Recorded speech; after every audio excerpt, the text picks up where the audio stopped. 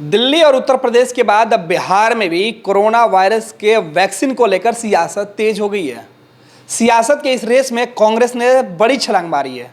बिहार कांग्रेस के बड़े नेता और बिहार कांग्रेस के विधायक दल के नेता अजीत शर्मा ने यह कहते हुए सनसनी फैला दी है कि कोरोना वैक्सीन के पीछे लोगों का भरोसा नहीं हो रहा। ऐसे में प्रधानमंत्री को कोरोना वैक्सीन का टीका खुद लेना चाहिए और बीजेपी के तमाम बड़े नेताओं को भी यह टीका लेकर यह साबित करना चाहिए कि यह टीका पूरी तरीके से सुरक्षित है।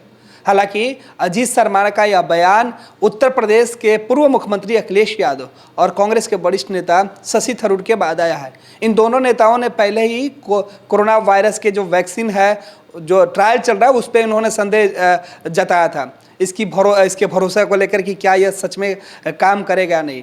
लेकिन अजीत शर्मा है, उनका कहना है कि बिहार के अंदर कोरोना वैक्सीन का जो ट्रायल चलाया गया तो उसके बाद से इन्होंने एक बयान जारी किया मीडिया में। सीरम इंस्टीट्यूट की वैक्सीन कोविशील्ड और भारत बायोटेक की कोवैक्सीन को आपातकाल इस्तेमाल की मंजूरी मिलने के बाद भारत में इस पर भी राजनीति शुरू हो गई है। भागलपुर सीट से कांग्रेस के विधायक अजीत शर्मा ने कहा कि सीरम इंस्टीट्यूट और भारत बायोटेक की स्थापना कांग्रेस सरकार के शासनकाल में हुई थी। मैं इन दोनों कंपनियों को बधाई देता हूँ। उन्होंने कोरोना की वैक्सीन बनाकर देश की जनता को एक संदेश देने का काम किया है। ये दोनों कंपनियां कांग्रेस की देन है, इसलिए कांग्रेस पार्टी को भी बधाई देनी चाहिए।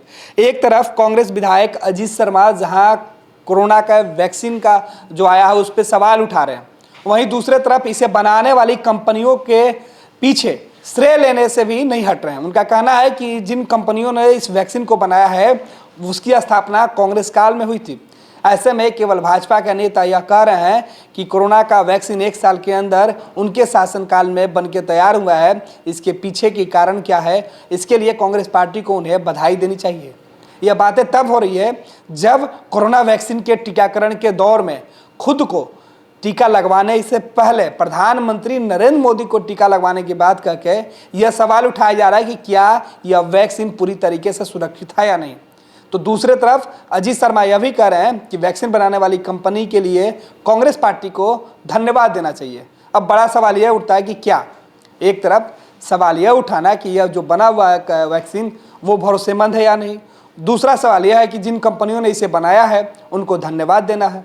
कांग्रेस के दूसरे नेता शशि थरूर से लेकर जयराम रमेश ने भारत बायोटेक की देसी वैक्सीन की मंजूरी मिलने पर चिंता जताई है। शशि थरूर ने कहा कि कोवैक्सीन ने अभी फेज 3 के ट्रायल पूरे नहीं किए हैं, ऐसे में इसे मंजूरी देना चिंताजनक हो सकता है। डॉक्टर हर्षवर्धन को इस पर स्पष्टीकरण देना चाहिए। पूरे ट्रायल खत्म होने तक इसके इस्तेमाल से भी बचना चाहिए। भारत इस दौरान एस्ट्राजेनेका के इस्तेमाल से शुरुआत कर सकता है।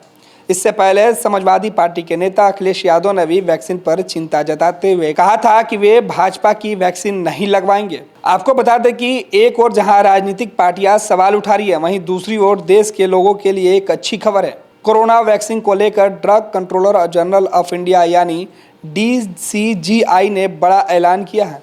DCGI ने सीरम इंस्टीट्यूट की वैक्सीन कोविशील्ड और भारत बायोटेक की वैक्सीन कोवैक्सीन को आपातकाल इस्तेमाल की अंतिम मंजूरी दे दी है। DCGI के निर्देशक VG सोमानी ने बताया कि दोनों ही वैक्सीन पूरी तरीके से सुरक्षित है और इसका इस्तेमाल इमरजेंसी की स्थिति में किया जा सकेगा। DCGI के मुताबिक दोनों ही वैक्सीन की 2-2 डोज इंजेक्शन के रूप में दी जाएगी।